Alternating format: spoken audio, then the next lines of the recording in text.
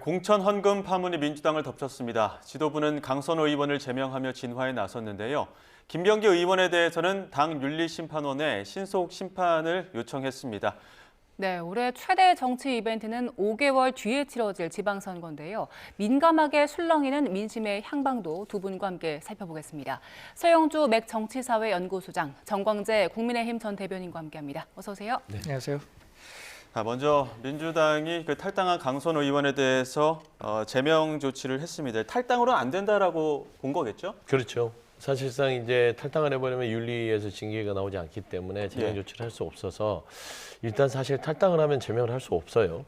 하지만 상징적으로 일단은 제명 조치를 함으로써 향후의 정치적 복귀를 차단하겠다라는 강력한 의지라고 볼 수 있다고 봅니다.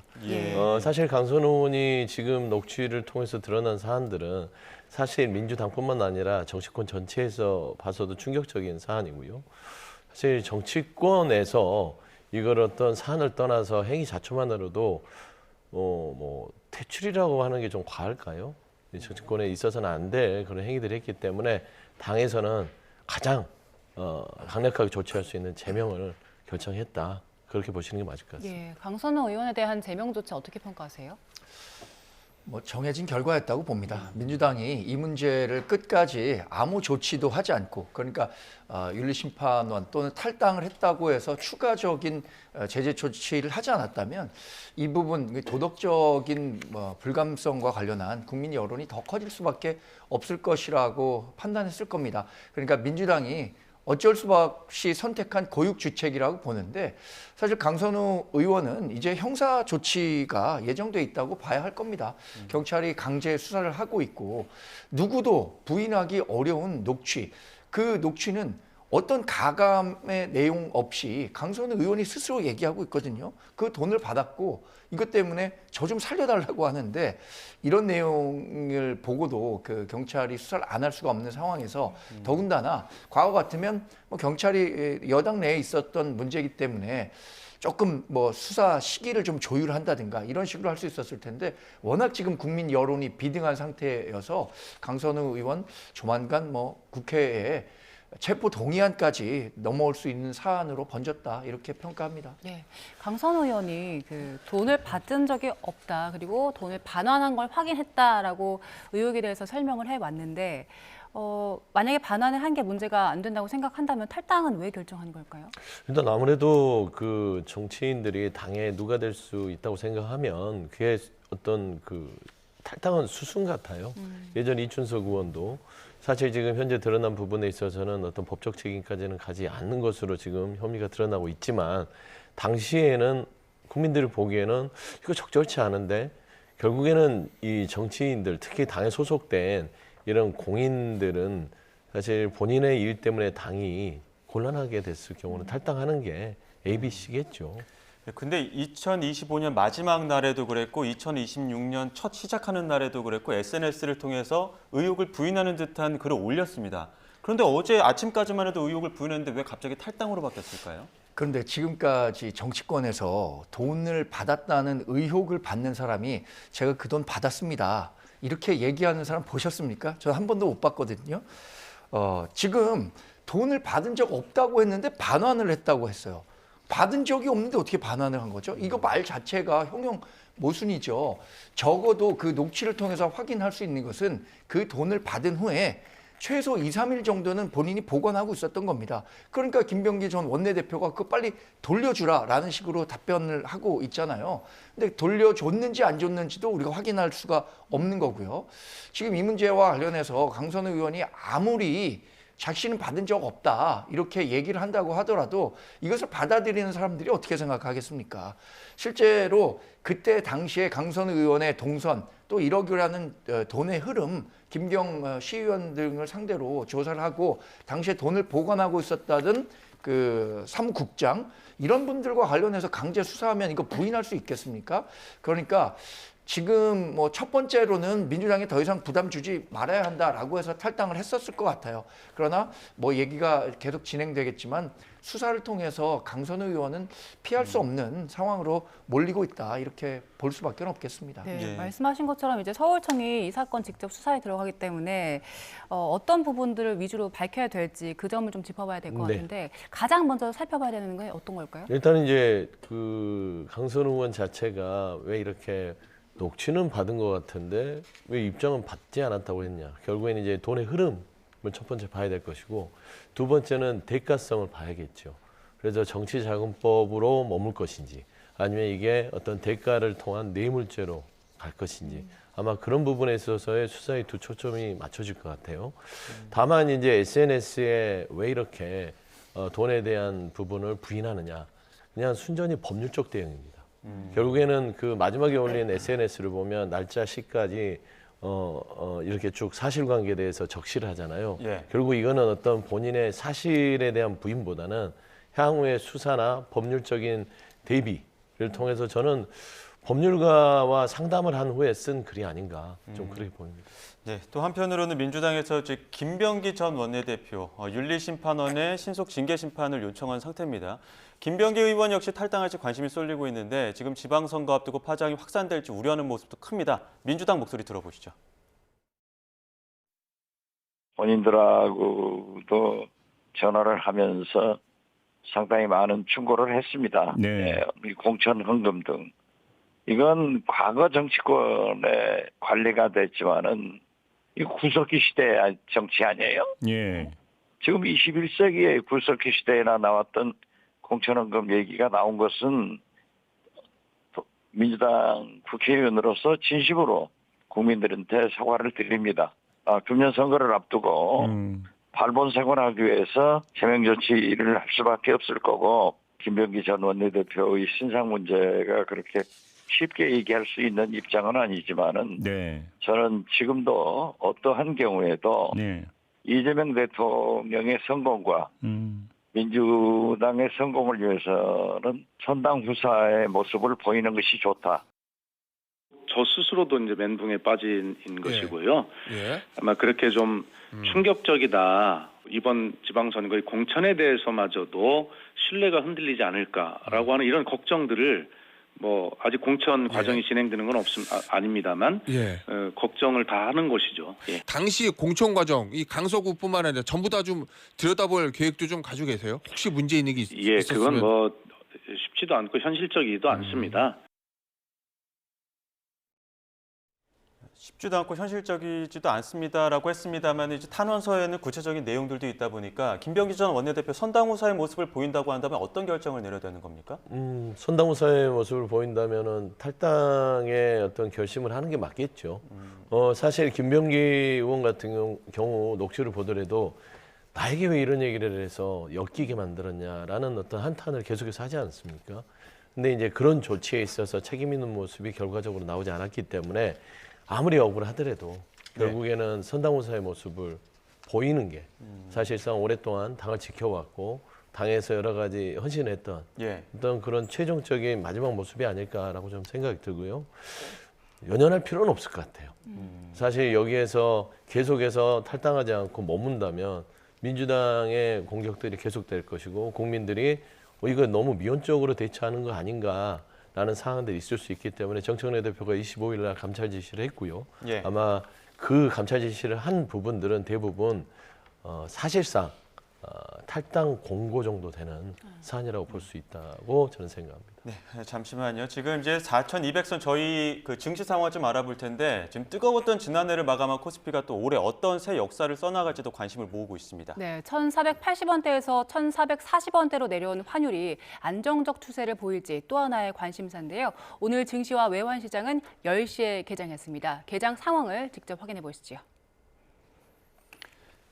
현재 코스피 지수부터 보겠습니다. 4,223.93으로 지금 시작을 하고 있습니다. 코스닥은 932.10으로 지금 장을 시작을 했습니다. 소폭 오름세로 시작을 했습니다. 예, 그리고 환율도 큰 관심이었는데요. 원달러 환율은 0.5원 오른 1,439.5원에 개장을 했습니다. 다시 한번 시장 상황 확인해 보겠습니다. 코스피는 0.25%포인트 오른 4,224.53에 개장을 했습니다. 예, 지금 장중 최고치까지 오른 것 같은데요. 저희가 이제 지난해까지는 4,200선에서 뜨거웠던 지난해를 마감을 했습니다. 자, 올해 시작을 하면서 4,200선을 올라간 4,200선에서 올라간 장중 최고치를 경신하면서 새해 첫 증시는 뜨겁게 다시 한번 또 시작을 했습니다.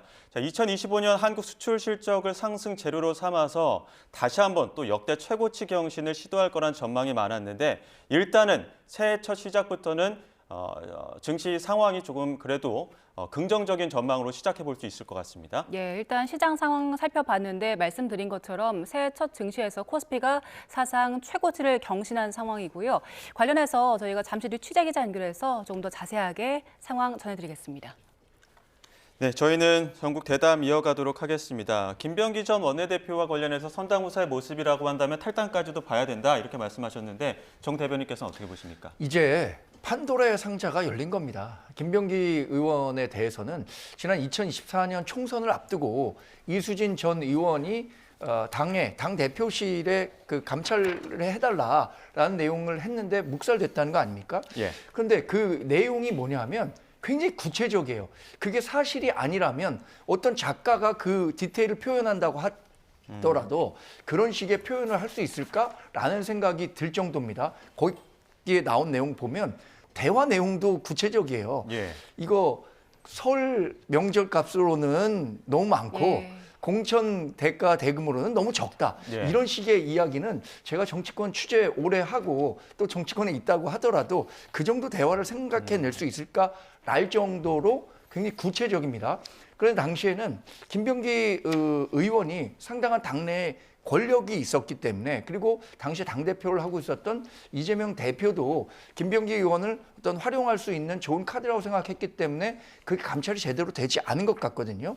근데 이 정도 사안이면 아까 그 강선우 의원도 강제 수사가 진행되고 있는 거잖아요. 김병기 의원에 대해서 제기되고 있는 2020년 당시에 돈이 오고 갔다는 거 수사 대상이고 김병기 의원도 결국 오래 버티기 어려울 겁니다. 저는 탈당뿐만 아니라 민주당 내에서도 제명 조치가 이루어지지 않을까 조심스럽게 예상해 봅니다. 예, 그 김병기 의원 같은 경우에 이렇게 대화를 나누고 나서 다음 날에 김경 의원에게 그 단수 공천 이루어진 상황에 대해서 아직 설명은 없었던 것 같아요. 여기에 대한 추가 입장 발표도 있을까요? 아무래도 추가 입장보다는 윤리감찰을 통해서 아마 당에서 이 상황에 대해서는 설명을 하지 않을까 싶습니다. 그 얘기에 대해서 추가로 입장을 발표할 것 같았으면 김병기 의원이 저는 아마 전직 얘기하지 않았을까. 그래서 지금 김병기 의원 자체도 스스로 여러 가지 지금 그 본인의 의원실 내에서 원내대표실에서의 어떤 그 보좌진들과의 그 앞서에 여러 가지 좀 민망스러운 상황들이 있었잖아요. 거기에 덧붙여서 강선우 의원까지 와버리니까 이게 정말 뭐 거의 멘붕이 오지 않았을까 싶어요. 그래서 사실 조금 이제 새해도 시작됐고 저는 이제 주말을 맞지 않습니까? 주말께는 김병기 의원이 본인의 어떤 신변에 대해서는 나름대로 결정을 할 것 같고 예. 당에서도 25일부터 감찰이 진행됐으니까 예. 그런 부분들은 신속하게 발표를 해주지 않을까 그렇게 생각합니다. 조금 전 이제 속보도 들어왔는데 정청래 대표가 그 공천 헌금과 관련해서 직접적인 언급은 없었지만 신상 필벌을 명확히 하지 않으면 기강이 무너진다 이렇게 이야기를 했습니다. 공천 잡음 없는 민주적 경선을 하고 또 선거 승리를 견인하겠다 이렇게 하면서 지방선거에 임한 어떤 각오 이런 부분들에 대해서 다시 한번 언급을 했는데요. 그 부분과 관련해서는 혹시라도 추가 소식 들어오면 저희가 다시 한번 속보로 전해드리고요. 지금 강선호 의원이 SNS를 통해 앞서도 말씀하셨지만 정확하게 시점별로 이렇게 해명을 했습니다. 근데 그 시점이라는 게 그 김병기 전 원내대표와 나눴던 대화, 그 녹취 시점보다 앞서서 김병기 전 원내대표가 알았을 것이다. 왜냐하면 시점으로 봤을 그렇죠. 때는요. 그런 네. 것도 좀 의문이 있더라고요. 그렇죠. 대화 내용을 놓고 보면은 그 녹취가 이뤄진 시점 전에 김병기 당시에 공간이 간사를 맡고 있었기 때문에 그분과 관련해 얘기를 했고 결국에는 그 이야기를 조금 더 심도 있게 해보자라고 해서 강선우 의원을 본인의 의원실로 불렀고 그 자리에서 녹음이 이루어진 거잖아요. 그러니까 이 문제가 불거졌을 때 정말 지금도 이해할 수 없는 건, 그리고 우리가 꼭 규명해야 할 것은 그분이 컷오프 대상으로 확정이 됐었는데 김경시 의원이 그게 왜 다음 날로는 바로 그 단수 공천을 받을 수 있었느냐는 거죠. 예. 그럼 그 과정에서 김병기 의원에게 다른 어떤 외부의 의견이 제시돼서 그냥 김경시 의원에게도 문제 더 커지지 않게 이 단수 공천을 줘라, 이런 식의 의견이 있었던 건지, 아니면 본인의 판단이었던 건지, 그것을 갖고 또 뭐 강선 의원과 어떤 정치적 거래를 했었던 건 아닌지, 이런 부분에 대한 그 궁금증이 갈수록 커지고 있는 거잖아요. 이게 쉽게 이해할 수가 없는 부분이거든요. 예. 이 부분과 관련해서 명쾌하게 국민들이 설득, 그 정도면 충분히 이야기가 되는구나라고 이해할 만한 수준의 해명이 없다면 저는 이 문제가 두고두고 민주당에도 발목을 잡을 수밖에 없을 거라고 생각하고, 당장 이 문제 나오니까 밑에 그 선거 준비하는 사람들이 지난번 공천을 내가 돈을 안 줘서 못 받았나? 라고 생각하는 사람들, 또는 이번 그 6월 지방선거를 앞두고도 그럼 공천을 받으려면 돈을 준비해야 되는 건가? 라고 생각할 거 아닙니까? 민주당이 굉장히 어려운 상황에 처해 있는 건 사실입니다, 지금. 예, 지금 말씀하신 것처럼 지방선거 앞두고 민주당이 사실 난관에 봉착한 상황인 건데, 김병기 전 원내대표가 사퇴를 했기 때문에 이제 새로운 원내대표 뽑아야 되잖아요. 지금 이름은 거론되는 게 이제 박정, 그리고 한병도 의원, 그리고 백혜련 의원, 그리고 또 한 명이 누구였죠? 진성준 의원까지 이렇게 4파전으로 치러질 것 같은데 이게 임기가 4개월이 될지 1년 4개월이 될지 이 부분도 논의를 이뤄갈 가능성이 있을까요? 아마 이제 임기 가지고 얘기가 있을 수 있는데, 사실 그 정말 당이 혼란스러운 상황이라서 임기를 따질 때는 아닌 것 같아요. 지금 이런 혼란한 상황을 수습할 수 있는 원내의 지도부를 책임감 있게 할 수 있는 사람, 이게 4개월이면 어떻고 5개월이면 어떻습니까? 하다가 또 상황이 잘못되면 중간에는 내려올 수 있는 게 저 자리예요. 그래서 임기 연연하지 않고 사실 진정성 있게 당의 어려움을 수습할 수 있는 그런 그 주장을 하는 아마 그 원내대표 후보자들이 선출될 가능성이 크지 않을까. 그래서 저는 개인적으로는 4개월 예. 또 거의 1년처럼 보낼 수 있는 시간이라고 봅니다. 왜냐하면 지방선거가 있기 때문에 예. 그 4개월 동안 뭐 1년이라는 게 중요하지 않고 4개월의 지방선거를 잘 단단하게 당을 결집해서 이 어떤 사태를 수습하고 갈 수 있다면 저는 4개월이 1년보다 더 길 것 같아요. 예, 그 녹취 파장에 한가운데 서 있는 분이 한 분 더 있습니다. 바로 이해운 장관 후보자인데요. 국민의힘은 그 녹취 파장과 관련해서 해당 폭로를 계기로 본격적인 낙마 공세에 돌입했고, 민주당은 더 센 사과를 요구하는 목소리가 나왔습니다. 관련 내용 듣고 오시죠. 판단하지 말라는 얘기를 내가 도대체 몇 번을 더 해야 알아듣니? 기사 검색해서 보고해라. 도대체 얼마나 더 얘기를 해야 네 머리에는 그게 이해가 되니? 너 뭐 IQ 한 자리야? 그냥 이름만 들어간 거는 보고 안 해. 야! 내가 정말 널 죽였으면 좋겠다. 저는 사실 이해운 전 의원께서 그렇게 소리 지르거나 그런 일을 벌이는 것을 제 스스로도 봤고 또 그런 얘기를 워낙 많이 들어서 저런 사례가 무수히 많을 거라고 생각됩니다. 조금만 아는 분한테 확인해 보면 이해운 이분이 어떤 분인지 그 인간 됨됨이에 대해서 다 알았을 텐데 충분히 그것을 검증하고 이해운 의원을 기획예산처 장관으로 발탁을 한 것일 텐데요. 그러면 이 의도가 무엇일까, 또 그런 생각까지 하게 만드는 뭐라고 보세요? 상황입니다. 그게. 저도 이제 보좌진 생활 뭐 10년 넘게 했지만 각종 갑질에 대해서 많이 들어봤는데 저걸 음성으로 실제로 들으니까 타격감이 더 크네요. 너무 좀 상실감은 들더라고요. 그래서 지금 당장 그 피해 직원에게 찾아가서 무릎 꿇고 사죄하는 것부터 저는 시작해야 된다. 그래서 그런 사죄가 이루어지지 않으면 저는 청문회에 나가기 어렵다고 저는 보거든요. 왜냐하면 사람이 보통 한 명에게만 그리고 한 번만 하지는 않거든요. 또 다른 폭로는 저는 또 이어질 거라고 생각을 합니다. 그럼 그게 일단 정전 대변인께서 어떻게 들으셨습니까? 요새 뭐 녹취를 통해서 듣는 이야기들이 제가 상상했었던 것 이상으로 나오기 때문에 정말 충격적이었습니다. 저기서 나오는 외마디 비명 있잖아요. 이걸 들으면서 와, 그 얘기를 직접 제가 그 자리에서 들었다면 어떤 반응을 보였을까. 그리고 이 녹취를 다시 공개할 때 그때 당시를 회상할 수밖에 없었던 그 인턴 직원은 어떤 감정을 가졌을까라는 생각을 한다면 뭐 지금 민주당이나 뭐 여권에선 이런 얘기합니다. 국민의힘 소속 정당에서 활동했었던 분 아니냐라고 이야기를 하시는데 저는 선출직 공무원과 임명직 공무원은 완전히 다르다고 봐요. 선출직 공무원은 뭐 그런 내용들 뭐 알지 모르지만 어쨌든 유권자의 선택을 받았기 때문에 존중하는 측면이 있지만 임명직 공무원들은 이런 품성, 도덕성 굉장히 중요한 자질이거든요. 그래서 과연 청와대가 이해운 기획예산처 장관 카드를 과연 인사청문회까지 가져갈 수 있을까? 저는 그러기도 어려운 사안이 자꾸만 부각되고 있는 거 아닌가라는 생각을 해봤습니다. 예. 이 녹취 공개되고 많은 분들이 일단 좀 충격을 받으셨고 그 이후에도 추가 폭로가 이어졌거든요. 이혜훈 전 의원 그 집에 피아노를 고치러 갔다는 보좌관 증언도 나온 네. 상황이에요. 그리고 또 뭐 밤새 새벽 동안에도 기사를 좀 봤다, 근무를 계속했다 이런 추가 폭로 이어지고 있는 상황에 대해서 어떻게 평가하세요? 일단 뭐 이제 인성 부분에 평가하겠죠. 뭐 적절하지 않아요. 누가 듣더라도 거슬리고 분노 조절 장애가 아닌가 싶을 정도로 본인 스스로에 대한 화를 억누르지 못하는 뭐 인격적인 부분을 갖고 있는 건 분명한 것 같아요. 그러니까 이재명 정부에서는 사실상 보수의 인사까지도 경제적인 어떤 정책의 역할을 충실히 수행할 수 있다면 그 부분을 보고 데려가다 선택을 해서 검증을 받겠다고 내놓는 것이지 인성, 인격까지 검증을 할 수는 없는 거 아니겠습니까?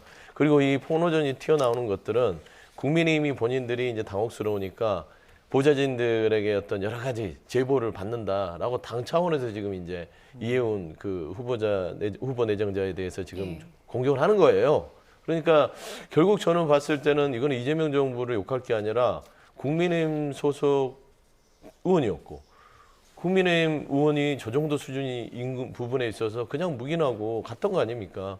김재원 지금 최고도 많이 들었대잖아요. 예. 근데 왜 그런 부분들을 옆에서 안 말렸습니까? 저는 이런 부분에 있어서는 국민의힘 스스로 누워서 침 뱉기고 저는 이제 후보자에 대한 자격에 대해서는 이게 쌓이다 보면 그 자리에 있을 수 있을 것인가? 그러면 결국에는 이거는 이해운 전 의원이 그러니까 이제 장관 후보자가 넘어야 될 산이에요. 그러면 그 당사자를 가서 사과를 하든지 아니면 그런 행위에 대해서 철저하게 처절하게 반성하고 국민들한테 동의를 구하든지 해야지 이 부분을 그냥 뭐 사실 이해운 의원을 왜 이런 사람을 선택했냐 그런 공격은 아무런 어떤 의미가 없는 상황이다 그래 보입니다. 예. 그런데 앞서 그 강선호 의원 같은 경우에도 여가부 장관 후보자로 내정됐을 때 그때 보좌관 갑질 의혹 나오면서 이게 불거지면서 결국에 자진 사퇴했었잖아요.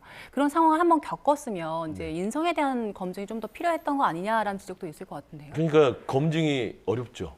국민의힘 소속 의원이었고 그 보좌진들에게 어떻게 검증을 할 수 있는 선이 좀 닿기가 어렵잖아요.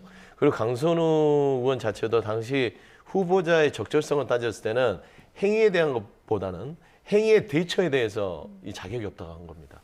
그 행위에 대해서 발생했을 때 정직하게 본인의 잘못을 시인하고 그 당사자들한테 정말로 뭔가를 간곡하게 좀 처절하게 반성을 하고 사죄를 했다면 그렇게 일이 커지지 않았을 수도 있겠다.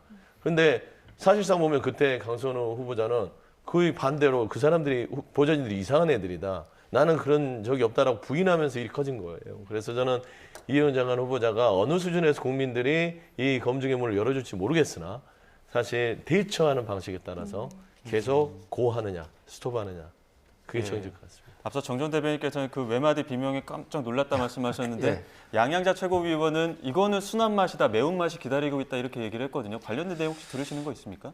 뭐 제가 직접 이 자리에서 말씀드리긴 어렵지만 이혜훈 의원이 의정 활동 과정에서 보좌진들과의 관계가 껄끄럽지 못했다라는 이야기는 뭐 여의도에서 많이 들렸던 것 같아요. 근데 아까 말씀하신 것처럼 뭐 국민의힘 소속에서 일했지 않냐라고 얘기하시는데 제가 말씀드린 그 선출직과 임명직의 기준이 다르다는 것과 그래서 우리 그 정부에서는 한 번도 임명직 공무원에는 이르지 못한 겁니다. 저는 최근에 불거지는 내용들 보면서 우리 사회가 이렇게 가면 안 된다는 것을 보여주는 좋은 계기는 될 수 있을 것 같아요. 이게 2017년에 있었던 녹취 아닙니까? 2025년에 저런 일이 있었다면 정말 상상하기 어려울 정도의 사회적 반향이 있었을 건데 뒤늦게라도 이런 일들이 밝혀지면서 정치권에 이런 문화가 좀 좀 사라지는 계기가 될 수 있다는 측면에서는 하여튼 이해운 이 후보자가 해결해야 할 문제지만 이걸 본인이 해결할 수 있을까라는 생각은 듭니다. 예, 소장님께서는 앞서 그 네. 이해운 후보자가 앞으로 어떻게 대처를 하느냐에 따라 달려 있을 거라고 하셨는데 일단 후보자 자체는 사과, 반성을 이야기하고 있는데 앞서 그 계엄과 관련해서 사과를 한 것도 사실 국민들을 설득하기엔 좀 부족했다는 평가가 많았거든요. 그렇습니다. 이 보좌관 논란과 관련해서는 어느 정도의 사과와 또 대처가 있어야 좀 국민들을 납득시킬 수 있을까요? 결국엔 당사자예요. 피해 당사자, 폭언을 들었던 당사자들. 그리고 이 부분을 지금 수년이 지났음에도 불구하고 폭로하고 있는 당사자들에게 사과가 미칠 정도를 해야 될 거 아닙니까? 그게 해소가 돼야 돼요. 예전 강선우 후보자 같은 경우는 사실 그 보좌진들에게 법적 조치를 하겠다는 식으로 윽박을 질렀기 때문에 이거는 사과가 아니잖아요. 그래서 자격이 없다고 제가 누차례 얘기했습니다.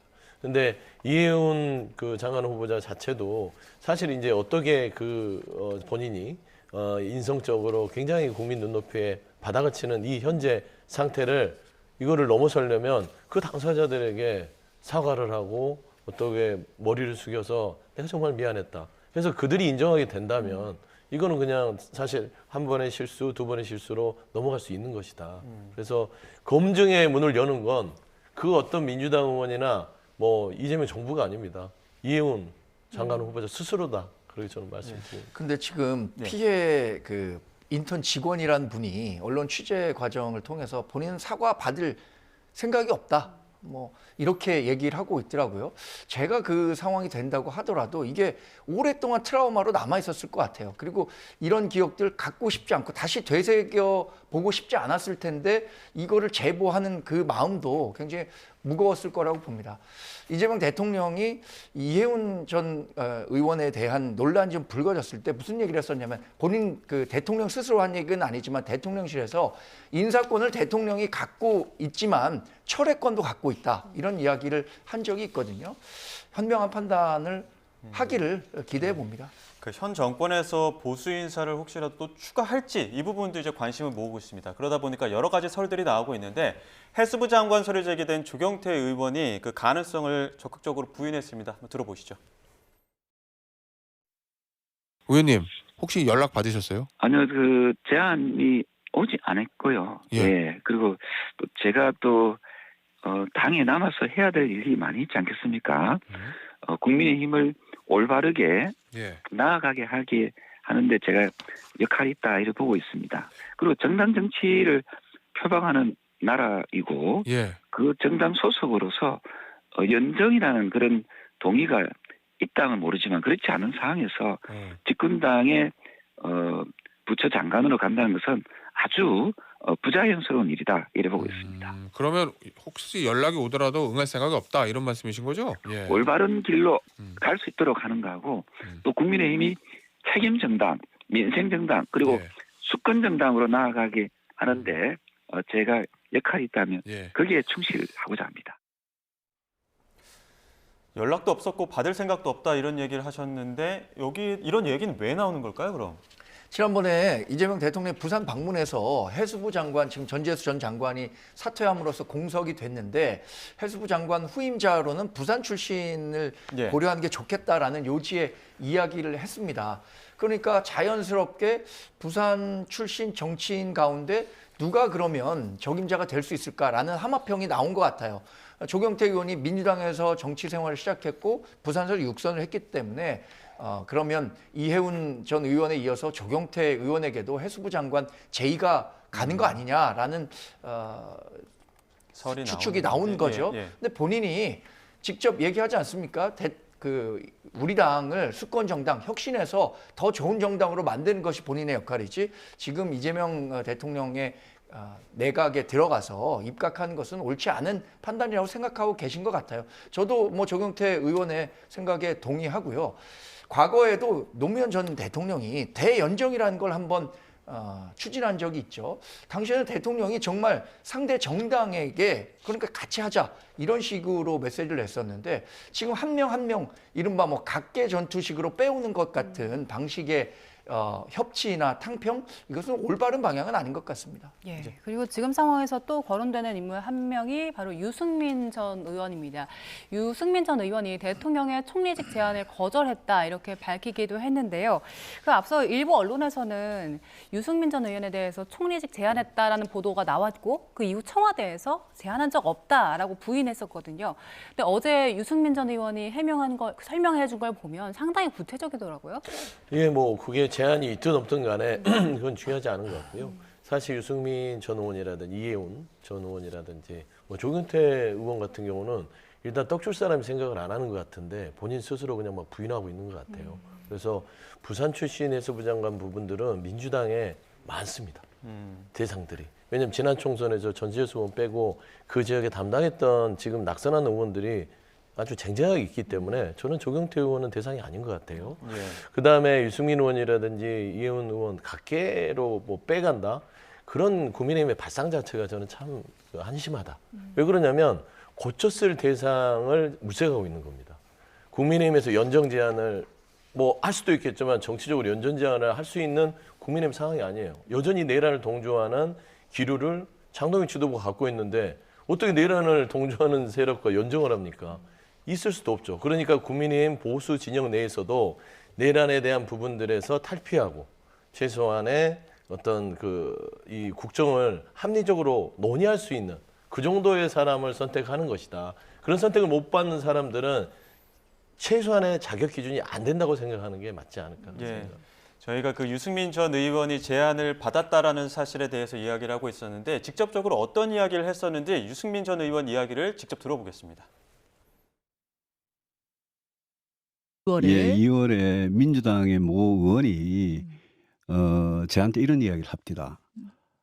이재명 대통령의 메시지를 전달하고 싶다 이러면서 이재명 그 당시 대표죠. 이재명 대표가 집권을 하면 국무총리를 맡아달라고 이재명 대표가 저한테 유승민한테 전달하라고 했다라고 저한테 이야기를 합니다. 그래서 제가 뭐 좀 믿기지가 않아서 그분한테 이게 이 대표 뜻 맞느냐? 그 뜻 맞다고 그래서 제가 바로 그 자리에서 나는 그럴 생각이 전혀 없다. 그러니까 나는 그럴 생각이 전혀 없다고 가서 이 대표한테 전해라.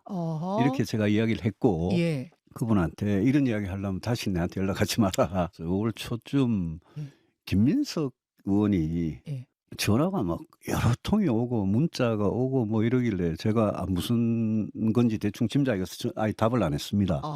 그랬더니 그 다음 날 당시 이재명 후보죠. 이재명 후보가 전화가 여러 통이 오고 난 뭐 모르는 전화번호니까.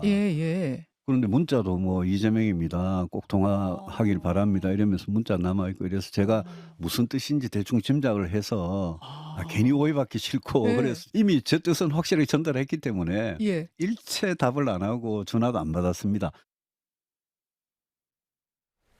지금 저희가 준비한 목소리에서 나오지 않았습니다만 이 이후에 이해운 장관 후보자 발탁 부분도 협치는 아니다. 먼저 야당에 정중하게 공식적으로 제안을 하고 그랬어야 된다. 이렇게 문제점을 또 지적을 했거든요. 어떻게 돼요? 앞서 말씀드린 것처럼 노무현 전 대통령이 이 집권 말기에 대연정 협치하겠다라고 했을 때도 공식적인 제안을 했었던 겁니다. 당시에 한나라당이 그거를 공식 거절했었던 거죠. 그래서 국정 운영의 파트너인 야당에 대한 존중이 있었다면 이해운 의원을 채용, 그러니까 발탁한다고 하더라도 최소한 그런 정도의 조치는 있었어야 되는 거 아닌가라는 말씀을 하신 거고 저는 무엇보다 이해운 전 의원의 처신이 잘못됐다고 봐요.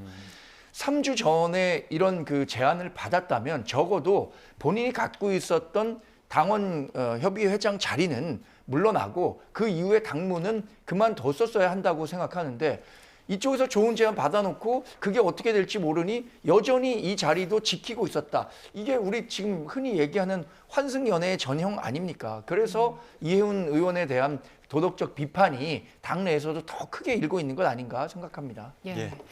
저희는 주제를 좀 바꿔보겠습니다. 올해 이제 지방선거가 있기 때문에 언론사에서 새해 시작하면서 여러 가지 여론조사 결과를 내놨거든요. 그 여론조사 결과를 좀 보면서 이야기 나눠보겠습니다.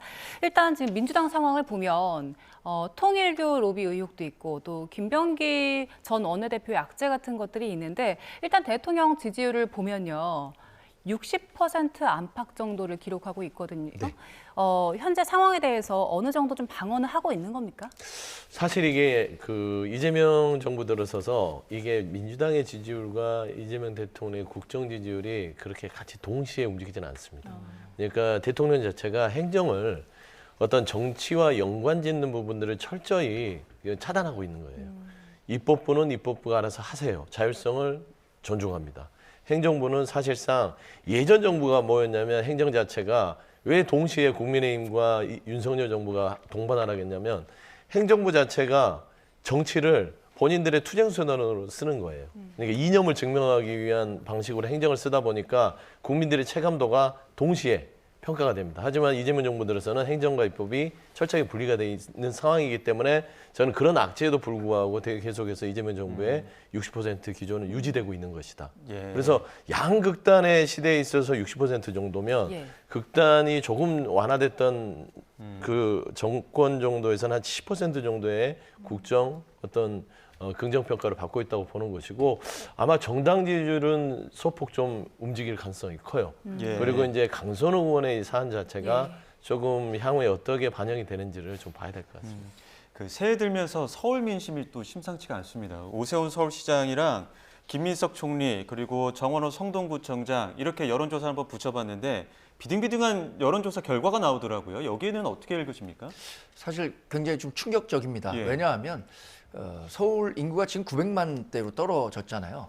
많은 그 30, 40대 인구들이 경기 지역으로 이주를 했기 때문에 서울 지역 자체만 놓고 보면 표심이 굉장히 보수화돼 있다라는 평가를 받았습니다. 예. 지난 대통령 선거에서도 이준석, 김문수 후보가 얻은 득표율이 이재명 대표가 얻었던 득표율보다 높습니다. 서울만 놓고 보면. 예. 그래서 상당히 이번 그 지방선거에서도 선전할 수 있는 지역 가운데 하나가 서울이라고 생각했는데 지금 나온 여론조사만 놓고 보면 역시 이 당 지지율이 낮다 보니까 오세훈 시장에 대한 평가도 박하게 나타나는 거 아닌가라고 평가해 볼 수밖에 없겠습니다. 지금 우리 정당이 매력적인 정당으로 보이고 또 대원 정당이 돼야 되는데 지금 뭐 민주당에서 일어나는 여러 가지 불미스러운 일에도 불구하고 국민의힘을 돌아봤을 때 과연 민주당을 대체할 뭐 그런 경쟁력 있는 정당이 될 수 있느냐라고 평가하지 않는 부분을 우리 정당이 조금 뼈아프게 받아들여야 할 것 같고 그 중심에는 보수와 중도를 아우를 수 있는 통합이 이루어지지 않고 있기 때문이라고 생각합니다. 당내가 이렇게 분열할 것이 아니라 하나된 모습을 보이는 모습 이 시작될 때 우리 당에 대한 유권자들의 평가도 좀 달라지지 않을까 생각합니다. 네, 그리고 또 한 곳 짚어봐야 할 곳이 바로 부산입니다. 부산 같은 경우에는 전재수 전 해수부 장관 논란이 여전히 이어지고 있는 상황인데 일단 박형준 시장과 비교를 해봤을 때 현역 프리미엄을 그다지 받지 못하고 있는 것 같아요. 지금 전재수 전 장관 같은 경우에 39%, 그리고 박형준 부산시장은 30%인 조사 결과가 하나 있고요. 또 그 옆에도 마찬가지입니다. 48.1%, 35.8%. 이 결과는 어떻게 읽고 계세요? 사실 뭐 앞서 서울의 결과나 부산의 결과가 같이 움직일 거예요. 결국 지난 그 국민의힘과 윤석열 정부는 그 행정과 입법에 대한 모든 것들을 같이 평가받는 그런 정부였다고 보입니다. 그래서 오세훈 시장은 참을 만큼 참았다면서 지금 뭐 목소리를 내고 당이 뭐 계엄에 반성하고 국민의 눈높이 맞춰야 된다는데 너무 참았어요. 그러니까 선거를 앞두고 불리해지니까 이제 목소리 내잖아요. 누가 보더라도 이건 본인의 생각이 아니라 선거 유불리를 따지기 시작하기 때문에 진정성이 안 느껴지는 겁니다. 박형준 부산시장도 마찬가지죠. 당이 이렇게 망가지고 있고 내란에서 고리를 끊어내지 못하고 있는데 책임 있는 부산시장으로서 무슨 목소리를 냈습니까? 이제 낼 거예요. 왜? 선거가 불리해지니까. 그런 분들이 어떤 행정의 어떤 장으로서 있다는 건 가짜 신념 자체가 그냥 오로지 선거밖에 없다는 그런 평가를 받을 수밖에 없지 않겠어요? 그래서 저는 부산 민심 자체는 전체의 국민의힘의 지금 현재 상황과 이재명 정부가 잘하고 있다는 평가들이 반영된 뭐 해양 수도로서의 부산 이런 것들이 반영이 됐다고 하지만 인물의 평가에 봤을 때는 전재수 의원이 아무리 지금 어떤 통일교 논란 때문에 수세에 몰려 있다 하더라도 박형준 시장보다 낫다라고 민심이 그렇게 평가하는 겁니다. 그래서 저는 사실 본인들 스스로의 어떤 정치적인 신념이라든지 행정 단체장으로서의 어떤 발언들을 돌아볼 생각을 해야지 국민의힘 탓하고 있을 때는 아닌 것 같다. 예. 그렇게 좀 평가하고 싶습니다. 정 전 대변인께서는 어떻게 보십니까? 통일교 로비 의혹에도 불구하고 건재한 전재수 의원의 이 지지율 상황은 어떻게 좀 판단해 볼 수 있을까요? 일단 전재수 의원이 수사를 받고는 있지만 지지하는 많은 분들은 그게 사실이 아닐 것이다라고 믿고 있는 것 같아요. 그리고 민주당 지지자들, 특히 부산 지역에서의 민주당 지지율을 보면 굉장히 좀 콘크리트 지지율은 분명히 있을 겁니다. 그분들이 전재수 의원이라는 한 명에게 많이 집중되다 보니까 그런 측면이 있다고 보는데 어쨌든 말씀드린 것처럼 우리 당이 민주당과 잘 싸울 수 있는 정당이 돼야 되는데 우리끼리 적전 분열하고 있고 그리고 선거를 앞두고도 여전히 뭐 윤석열 전 대통령이라든가 계엄과 관련해서 미온적인 입장을 발표하다 보니까 민주당보다 더 좋은 정당이라고 평가를 받기가 어려운 것 같아요. 그래서 이제 2026년 새해가 밝았고 장동혁 대표가 얘기했었던 변화 이게 본격화돼야 된다고 생각하고 본인 스스로 이번 지방선거에서 참패할 경우에 정치적으로 재기하기 어려울 정도의 그 상처를 입게 될 겁니다. 이에 대한 절박감을 당 지도부가 갖고 있어야 한다고 생각합니다. 네, 알겠습니다. 여기까지 듣겠습니다. 지금까지 서영주 맥 정치사회연구소장, 정광재 국민의힘 전 대변인 두 분과 함께했습니다. 고맙습니다. 고맙습니다.